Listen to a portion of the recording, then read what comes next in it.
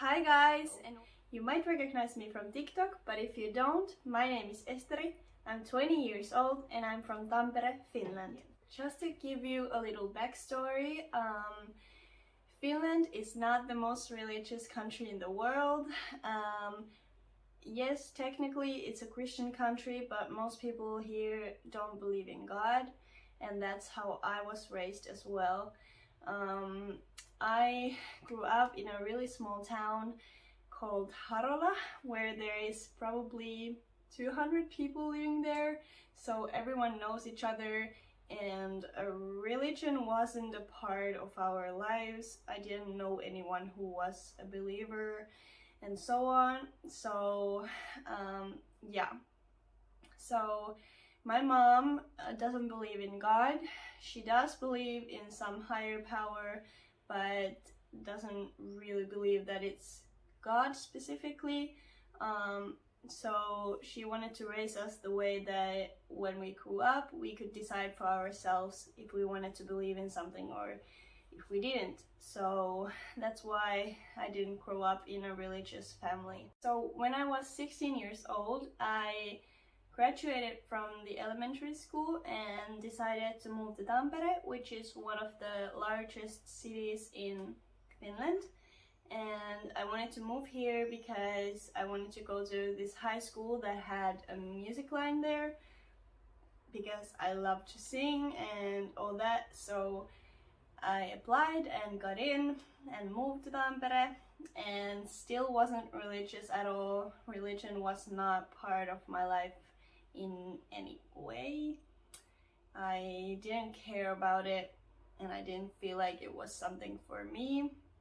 So I just kind of lived my life and didn't really care. I got a lot of Christian friends when I started, and they are still very dear to me. They are my best friends and I love them very much.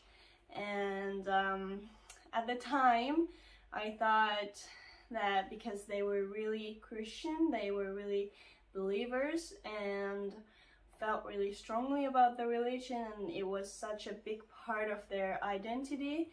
I felt that well, they were nice people and I loved them even then, but I just felt like something wasn't right with them. Like, how could they believe that there was God? Like, ugh, what is that? I didn't understand it at all. Like, I felt like they were dumb for believing in God, believing that there is something bigger than us. And I was just really arrogant about it. And that went on basically the whole high school phase. I would say that I was kind of really negative about religions in general. Also, Muslims don't have a very good representation here in Finland. Most people think that Muslims are really bad people and do a lot of bad things in the name of Allah and are terrorists and all that. And I think most of that is because of the media representation that they give to Muslims, because every time an Arab person or someone who shouts Allahu Akbar is said to be a Muslim terrorist. So that doesn't give a really good picture of Islam. So yeah, and I kind of felt the same way about Islam. I didn't really know anything about it, but I just had heard that basically it's a really bad religion. So I had never even imagined joining it or even just reading about it. I would be like, oof, no thanks. Then when I turned 18, I resigned from the church because when you turn 18 you need to start paying taxes to the church, and I didn't want to do that. And I was thinking in my mind like, I will get back in when I need to get married in a church, because in Finland at least, getting married in a church is a really beautiful tradition, and most people want to do that. And when they get married in a church, after that they resign from the church like next week or something, maybe the next day even, because they don't want to pay the taxes, but they just wanted to get married there because it's beautiful and it's traditional and so on. But when I turned 18, the same year I met my husband, alhamdulillah, and he is a Muslim. He has been born into a Muslim family and is a really religious person, alhamdulillah. And every now and then he would try to tell me about Islam, and I would shut my ears. I wouldn't want to listen. I was just like, oh, don't talk to me, please, can we talk about something else?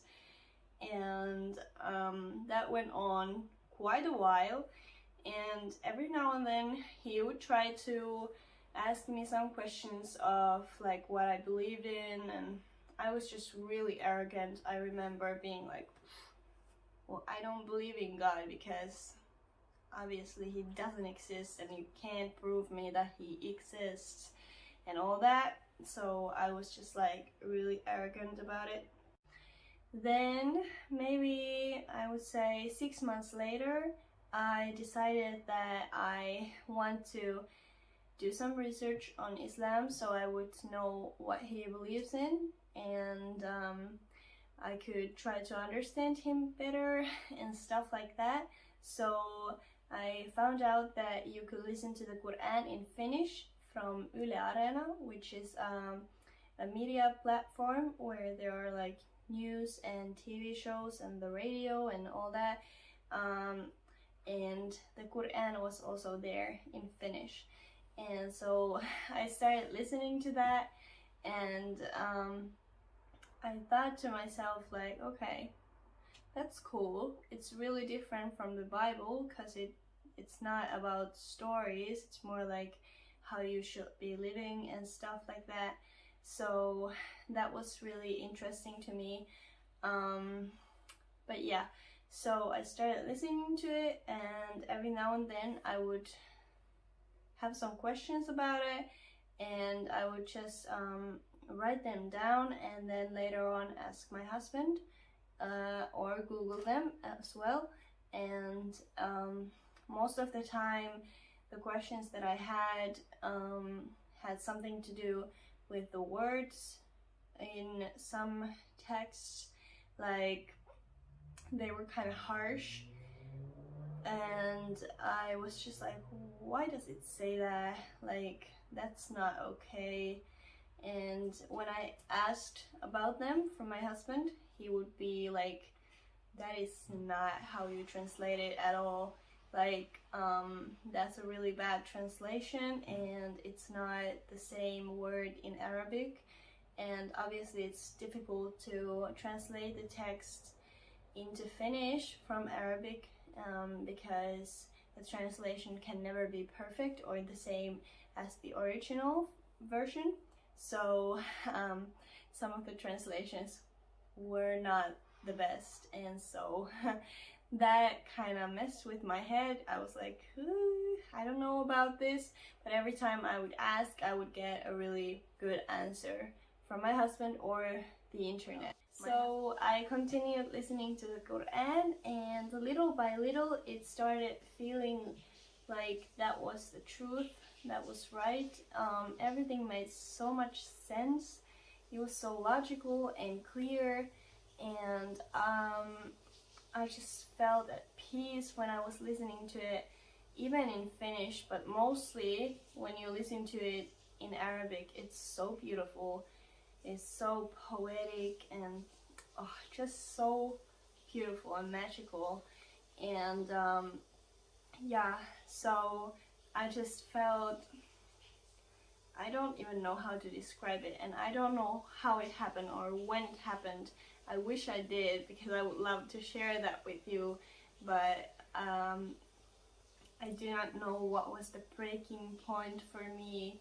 I do remember one conversation that we were having with my husband, that he just asked me that if you go on a journey, why wouldn't you take a life insurance?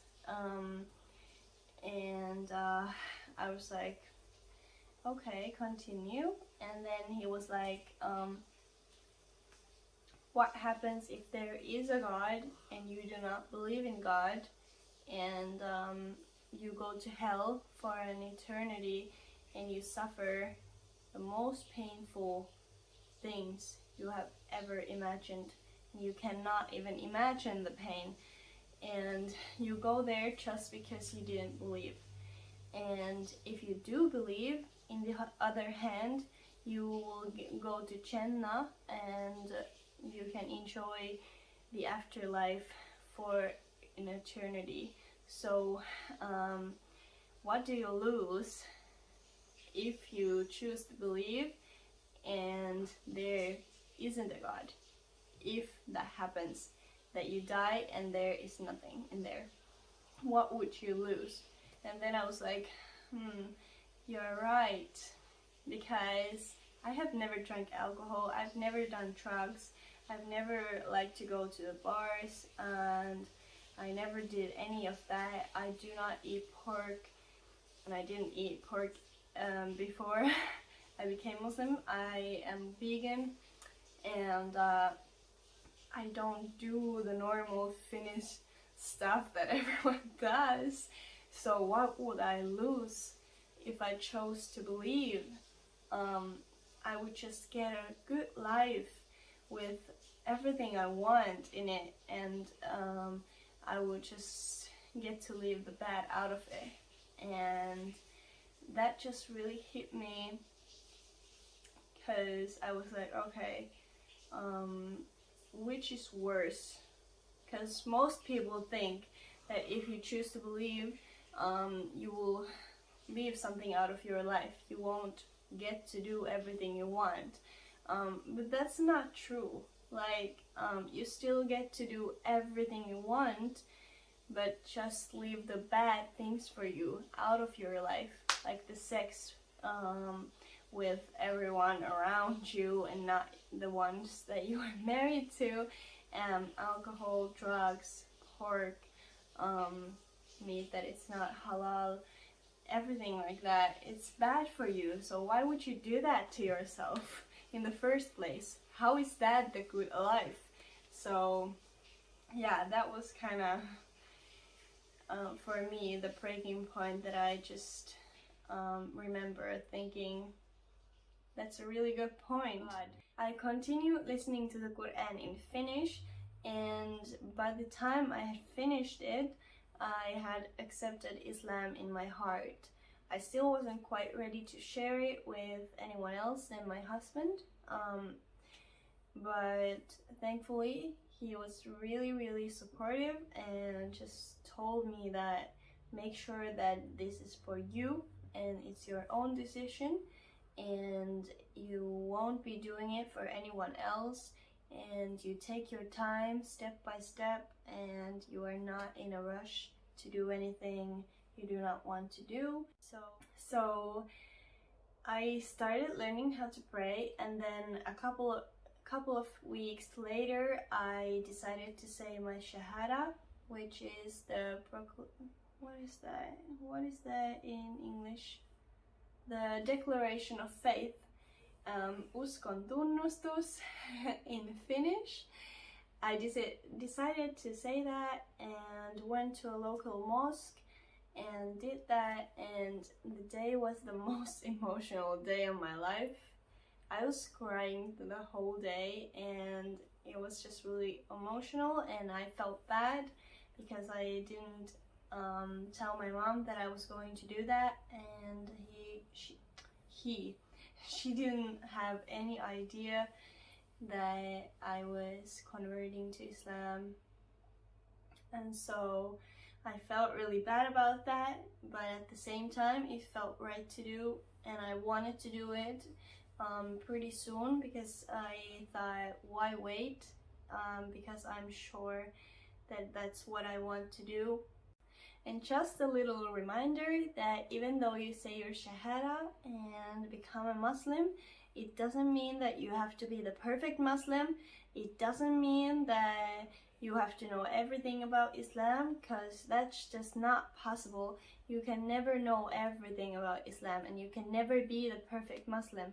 You just need to try your best, and God will understand, and God will be forgiving and merciful to you, and He will guide you in your life when you ask for it.